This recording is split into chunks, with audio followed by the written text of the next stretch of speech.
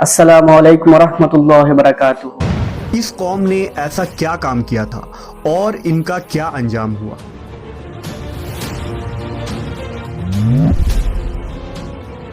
حضرت لوط علیہ السلام اللہ کے ایک برگزیدہ نبی تھے۔ آپ کے والد کا نام ہاران تھا جو تاریخ کے بیٹے تھے۔ آپ کی پیدائش عراق کے قدیم شہر اور میں ہوئی تھی۔ اس شہر میں ابراہیم علیہ السلام کا مسکن تھا۔ دراصل لوط علیہ السلام کے والد ہاران حضرت ابراہیم کے سگے بھائی تھے، یعنی حضرت لوط علیہ السلام حضرت ابراہیم کے بھتیجے تھے۔ چونکہ حضرت لوط علیہ السلام کے والد ان کے بچپن میں ہی انتقال کر چکے تھے، لہذا حضرت لوط کو حضرت ابراہیم نے بیٹا بنا کر پالا تھا۔ آپ حضرت ابراہیم پر سب سے پہلے ایمان لانے والوں میں شامل ہیں۔ آپ حضرت ابراہیم کے زمانے میں اہل سدوم کی رہنمائی کے لیے نبوت کے منصب پر فائز ہوئے۔ حضرت لوط کے بہت سارے معجزات ہیں۔ آپ جس وقت بارش کے لیے دعا کرتے تھے تو آسمان بادلوں سے بھر جاتا اور خوب بارش ہوتی تھی۔ حضرت لوط جس پتھر پر سر رکھ کر سوتے، اس پتھر پر آپ کے سر مبارک کا نشان بن جاتا تھا۔ سدوم وہ علاقہ تھا جہاں لوط علیہ السلام مبعوث فرمائے گئے۔ سدوم کے آس پاس 5 نہایت ہی خوبصورت شہر آباد تھے، جن میں سے ہر ایک کی آبادی 1 لاکھ نفوس سے زیادہ ہی تھی۔ یہ علاقے نہایت ہی سرسبز و شاداب اور قدرت کی فیاضی کا حسین شاہکار تھا۔ یہاں باغات کی کثرت تھی، لہلہاتی کھیتیاں یہاں کی ضروریات سے کہیں زیادہ تھی۔ اردن، شام اور اسرائیل کے درمیان بسا ہوا یہ علاقہ نہایت ہی زرخیز تھا۔ وہاں طرح طرح کے اناج، پھل، میوے بکثرت پیدا ہوتے تھے، اور یہی وجہ تھی کہ آس پاس کے بستیوں کے لوگ بھی اپنی معاشی اور غذائی ضرورت کے لیے ان بستیوں کی طرف آتے تھے۔ مگر یہ بات اہل سدوم کے لوگوں کو بالکل بھی پسند نہ تھی۔ ان کے خیال میں ان کی بستیوں میں پیدا ہونے والے پھلوں، اناجوں اور سبزیوں پر صرف ان کا ہی حق تھا۔ وہ نہیں چاہتے تھے کہ دوسری بستیوں کے لوگ ان کے علاقے میں آئیں۔ ایک دن سدوم کے لوگ اس بات پر غور و فکر کر رہے تھے کہ باہر سے آنے والے لوگوں کو یہاں آنے سے آخر کیسے روکا جائے، کہ ابلیس ایک بزرگ کی شکل میں ان کے محفل میں آیا اور کہا، اگر تم ان سے پیچھا چھڑانا چاہتے ہو تو میرے کہنے پر عمل کرو۔ اس اجنبی بزرگ کی بات لوگوں نے بہت توجہ سے سنی۔ ابلیس نے کہا، میں کل بتاؤں گا۔ دوسرے دن ابلیس ایک خوبصورت جوان لڑکے کی بھیس میں آیا اور انہیں اپنی عورتوں کے بجائے مردوں کے ساتھ فعل بد کرنا سکھایا۔ ابلیس نے کہا کہ اگر تم ان بستیوں کے لوگوں سے نجات چاہتے ہو جو تمہاری بستی میں آ جاتے ہیں تو ایسا کرو کہ جب بھی کوئی شخص تمہارے علاقے میں آئے تو تم لوگ زبردستی اس کے ساتھ اپنی خواہش پوری کرو۔ اس طرح یہ لوگ اس بستی میں آنا چھوڑ دیں گے۔ اپنی نفسانی خواہشات کے لیے مردوں سے بدفعلی اس قوم کا دستور بن گیا تھا۔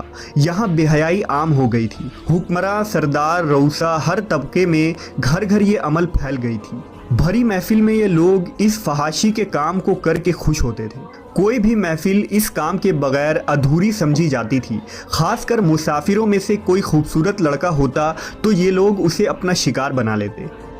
تلمود میں لکھا ہے کہ اہل سدوم اپنی روزمرہ کی زندگی میں سخت ظالم، دھوکے باز اور بد معاملہ تھے۔ کوئی مسافر ان کے علاقے سے بخیریت نہ گزر سکتا تھا۔ کوئی غریب ان کی بستیوں سے روٹی کا ایک ٹکڑا نہ پا سکتا تھا۔ بارہا ایسا ہوتا تھا کہ باہر کا آدمی ان کے علاقے میں پہنچ کر فاقوں سے مر جاتا اور یہ اس کے کپڑے اتار کر اس کی لاش کو برہنہ دفن کر دیتے۔ اپنی وادی کو انہوں نے ایک باغ بنا رکھا تھا جس کا سلسلہ میلوں تک پھیلا ہوا تھا۔ اس باغ میں وہ انتہائی بے حیائی کے ساتھ اعلانیہ بدکاریاں کرتے تھے۔ حضرت لوط علیہ السلام نے انہیں توحید کی دعوت دی اور بدکاری کے اس گھنونے عمل سے توبہ کرنے کا حکم دیا۔ حضرت لوط نے کہا، تم بے حیائی کیوں کرتے ہو؟ کیا تم عورتوں کو چھوڑ کر لذت حاصل کرنے کے لیے مرد کی طرف مائل ہوتے ہو؟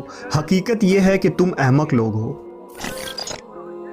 حضرت لوط اہل سدوم کو دن رات واعظ و نصیحت کیا کرتے، لیکن قوم پر اس کا کوئی اثر نہ ہوا، بلکہ وہ بہت فخریہ انداز میں یہ کام کرتے تھے۔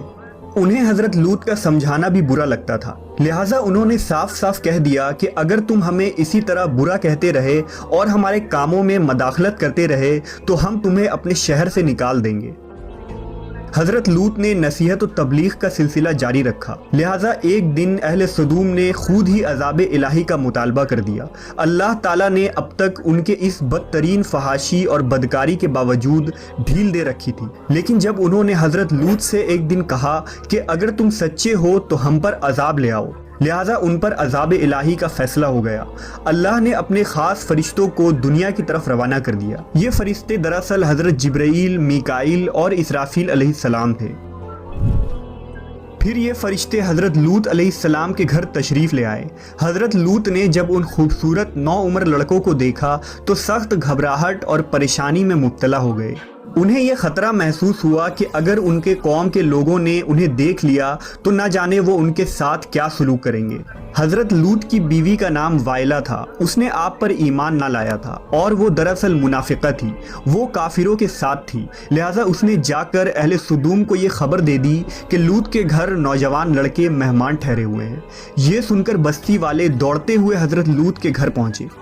حضرت لوط نے کہا، اے قوم، یہ جو میری قوم کی لڑکیاں ہیں یہ تمہارے لیے جائز اور پاک ہیں، اللہ سے ڈرو اور مجھے میرے مہمانوں کے سامنے رسوا نہ کرو، کیا تم میں سے کوئی بھی شائستہ آدمی نہیں؟ حضرت لوط کی بات سن کر وہ لوگ بولے، تم بخوبی واقف ہو کہ ہمیں تمہاری بیٹیوں سے کوئی حاجت نہیں، اور جو ہماری اصل چاہت ہے اس سے تم بخوبی واقف ہو۔ قوم لوط کے اس بے شرمانہ جواب سے اندازہ لگایا جا سکتا ہے کہ وہ فعل بد میں کس حد تک مبتلا ہو چکے تھے۔ جب حضرت لوط علیہ السلام کی قوم ان کے گھر کی طرف دوڑتی ہوئی آئی تو حضرت لوط نے گھر کے دروازے بند کر دیے اور ان نوجوانوں کو ایک کمرے میں چھپا دیا۔ اس بدکار لوگوں نے آپ کے گھر کا گھیراؤ کیا ہوا تھا اور ان میں سے کچھ گھر کے دیوار پر بھی چڑھنے کی کوشش کر رہے تھے۔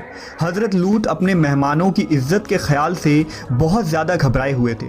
فرشتے یہ سب منظر دیکھ رہے تھے۔ جب انہوں نے حضرت لوط علیہ السلام کی بے بسی اور پریشانی کا یہ عالم دیکھا تو حقیقت سے پردہ اٹھاتے ہوئے یوں فرمایا، اے لوط، ہم تمہارے رب کے بھیجے ہوئے فرشتے ہیں، یہ لوگ ہرگز تم تک نہیں پہنچ سکیں گے، ابھی کچھ رات باقی ہے تو اپنے گھر والوں کو لے کر چل دو اور تم میں سے کوئی شخص پیچھے مڑ کر نہ دیکھے۔ اہل سدوم حضرت لوط کے گھر کا دروازہ توڑنے پر بضد تھے، لہٰذا حضرت جبرائیل علیہ السلام نے گھر سے باہر نکل کر اپنے پر کا ایک کونا انہیں مارا، جس سے ان سب کی آنکھوں کے ڈھیلے باہر نکل آئے اور بصارت زائل ہو گئی۔ یہ خاص عذاب ان لوگوں کو پہنچا جو حضرت لوط کے پاس بد نیتی سے آئے تھے۔ حضرت لوط علیہ السلام حقیقت حال جان کر مطمئن ہو گئے اور اپنے گھر والوں کے ساتھ رات ہی کو نکل کھڑے ہوئے۔